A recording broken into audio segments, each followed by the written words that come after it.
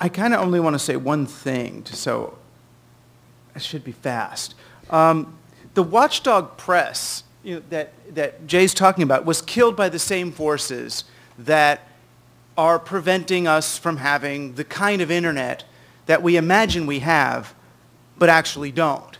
And these are the forces of corporatism, fear, and complacency. A Google ad-sponsored citizen journalism will be no better than an ad-sponsored regular press. The question that I think we need to ask, and the question that this situation has made transparent, is: do we want a real internet? Do we want that? We don't have a real internet yet. We don't have the internet that we think we have, this sort of peer-to-peer, decentralized, uncontrollable, anarchist network. No, we have a highly top-down DNS, centrally controlled. They can flip you off as fast as you flick off a light switch. We don't want a rack on there, bop, they're gone. Right? Oh no, we can use domain name numbers, and oh yeah, right. I'm sure our iPads with their glass touchscreens are going to allow us to reconfigure our domain name servers, That's an easy one. Thanks, Steve.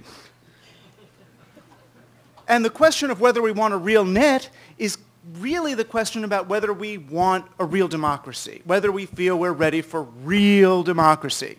Walter Lippmann and John Dewey had a nice, long, spirited debate in the early 1900s, where Lippmann basically said, no, the people are not ready. They're too stupid. They're uneducated. They can't run themselves. We need a benevolent elite to do this for them and create the illusion of democracy.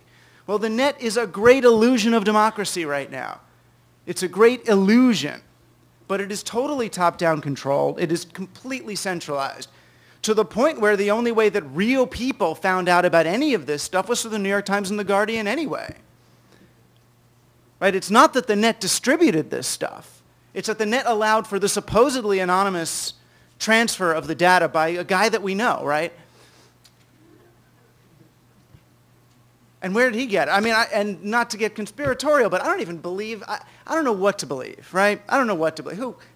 What is a leak? A leak means someone leaked something. It doesn't necessarily mean that the structure itself has a hole in it through which data is leaking. But most of the kids I talk to think this is the net because we have a great decentralized network. They don't understand the architecture of this thing. They think this is happening because the media has somehow wrestled control from the powers that be. It is not. It is not. The powers that be, so far, are allowing this amount of chaos to occur. And as surely as I'm sitting here, this event will be the argument used when net neutrality comes up on the floor of the Congress. Why we should give up control of this to corporations, why the scale needs to be tipped back in favor of central authorities. An ad-driven for-profit net does not do the job that we're talking about here, right? It promotes top-down and centralized control through the accumulation of capital and all that. The public net did. And I believe that this situation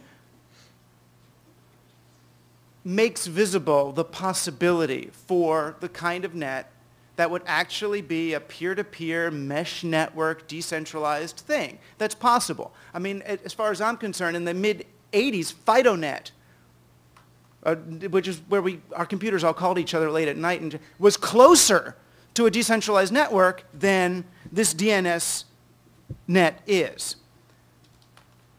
I just don't know that people are going to choose that. I don't know, and I can't argue for sure. My sense is that would be a better thing. It would be cool for us to have. But I'm not necessarily convinced that people should choose that, or that Lippmann was wrong, and that we're actually ready for that if we're going to be as irresponsible as we hear and let everything let all information want to be free because it really wants to, even when it doesn't. But I do think we are increasingly being made to make a choice. And it's not like we make a choice as a civilization and we vote. We make a choice every time we purchase technologies, every time we use things. We can either move further towards a net reality that is negotiated on our behalf, the sort of iPad reality, or we can move increasingly towards a net, right? A bottom-up connected, distributed, decentralized net. The latter would require us to understand how these tools work, what they are. It would require us to teach programming in school so that, not so everyone can run and follow Julian the way they followed Shay. It's so that people could actually be empowered to build a citizens' public network, because we are the only ones who could actually build such a thing.